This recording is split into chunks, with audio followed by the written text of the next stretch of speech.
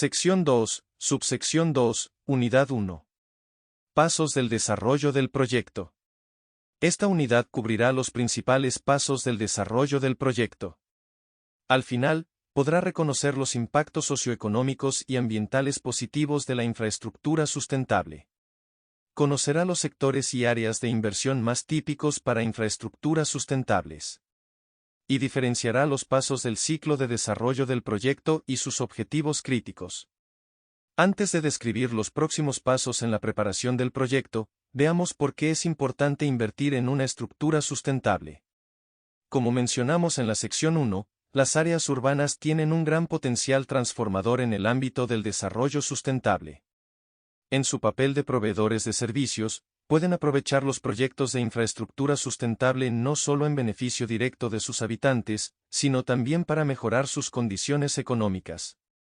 Por ejemplo, los proyectos de infraestructura sustentable pueden aumentar y mejorar la accesibilidad al agua, los sistemas de transporte y el desarrollo económico.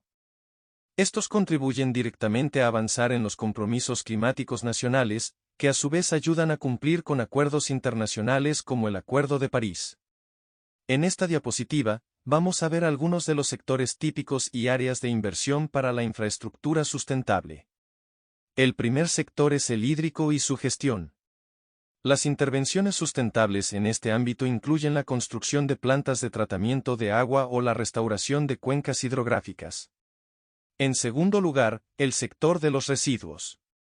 Aquí, las intervenciones pueden ser tan directas como la implementación de sistemas de conversión de residuos en energía, o más indirectas, como la reducción de residuos resultante de un enfoque de desarrollo circular. Otro sector con alto potencial de sustentabilidad es el energético, por ejemplo, a través de la instalación de paneles fotovoltaicos o redes de energía inteligentes que generan energía renovable. En cuarto lugar, el transporte puede beneficiarse de una variedad de intervenciones, como líneas dedicadas para autobuses eléctricos y bicicletas, que complementan el transporte público y brindan opciones de movilidad adicionales a las personas. Por último, la silvicultura abarca acciones como la plantación de árboles en zonas urbanas y la forestación. Comencemos con el ciclo de desarrollo del proyecto. Hemos identificado los principales sectores que pueden beneficiarse de la infraestructura sustentable y hemos visto algunos ejemplos de posibles intervenciones. Ahora vamos a ver cómo todo esto puede convertirse en realidad. La unidad anterior se centró en los dos primeros pasos de la etapa inicial, es decir, el entorno propicio y la planificación de la acción climática. Esta unidad profundizará en las otras etapas y pasos del ciclo de desarrollo del proyecto, que están más enfocados en el concepto del proyecto. Un concepto de proyecto sólido generalmente debe identificar los productos, objetivos, entregables, impactos, tareas, plazos y beneficios esperados.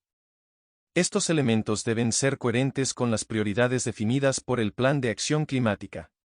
Dado que esta etapa sienta las bases para un concepto sólido, es una buena práctica identificar aquí los posibles flujos presupuestarios y modelos financieros para la ejecución y mantenimiento del proyecto.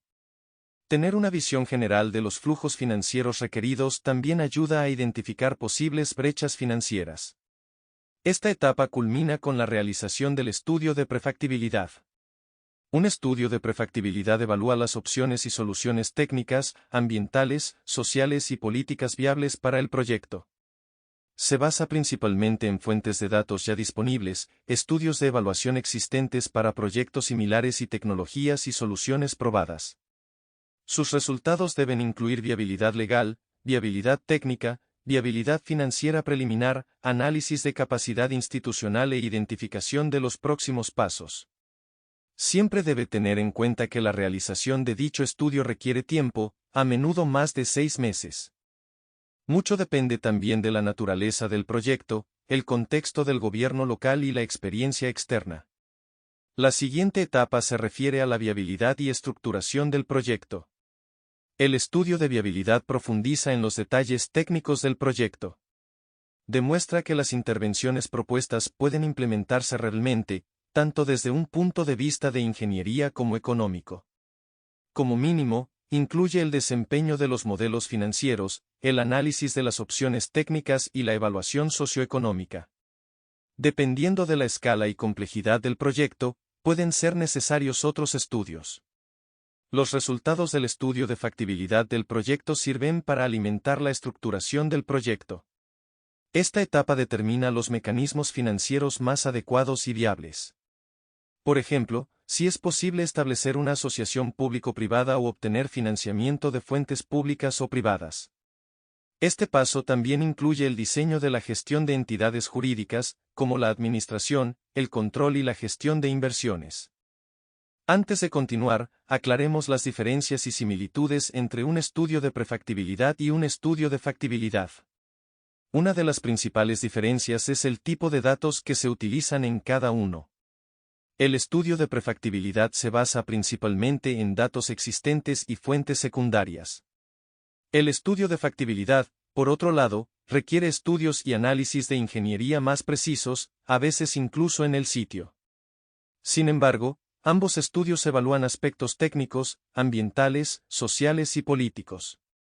La etapa final, también conocida como etapa previa a la implementación, finaliza el financiamiento del proyecto y la estructura legal. Implica la ejecución de los pasos legales para asegurar el financiamiento y la adquisición de servicios de construcción y operación.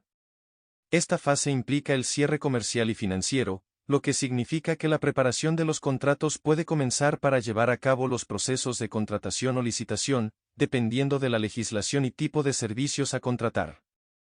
Todos los estudios técnicos y financieros deben estar listos.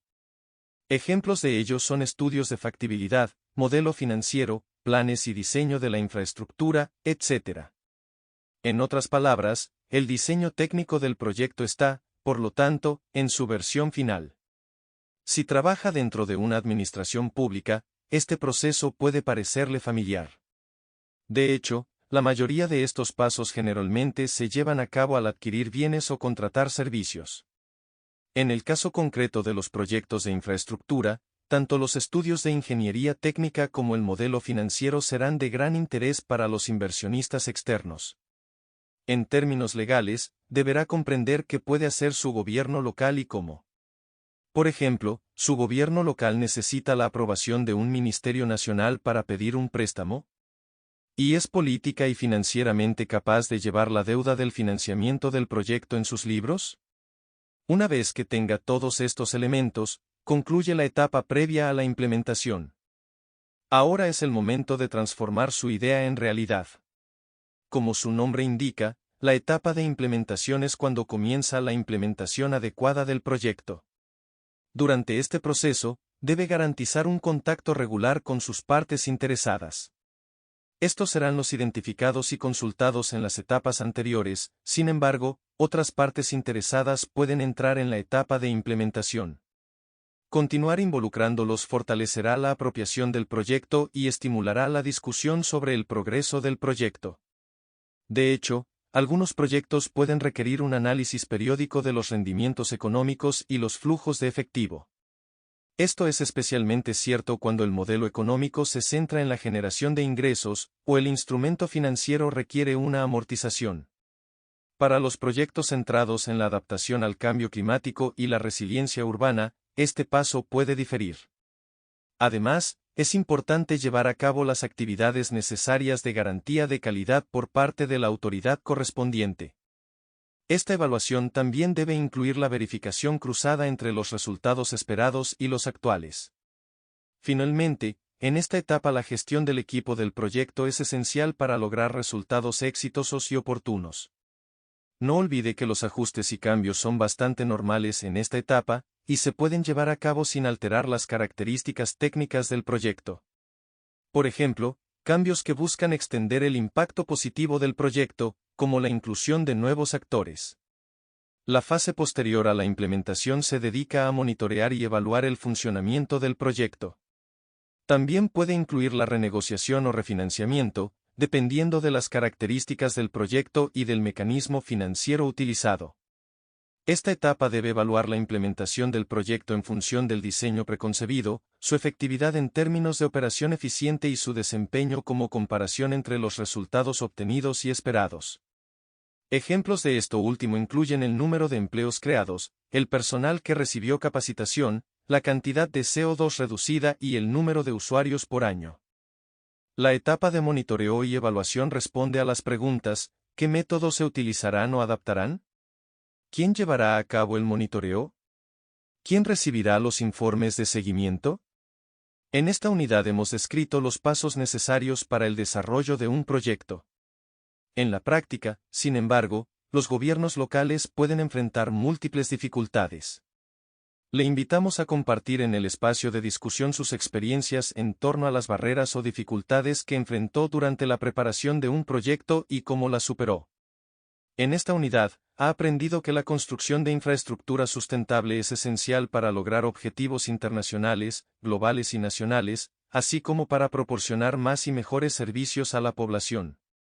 Ha visto cómo una idea de proyecto por sí sola es insuficiente para buscar fuentes de financiamiento para su implementación. También ha entendido por qué el ciclo de desarrollo del proyecto involucra a diferentes departamentos dentro de la administración del gobierno. Por último, se le ha recordado que la implementación de un proyecto no es la última etapa. De hecho, después de eso, el proyecto debe ser monitoreado y evaluado para determinar su éxito.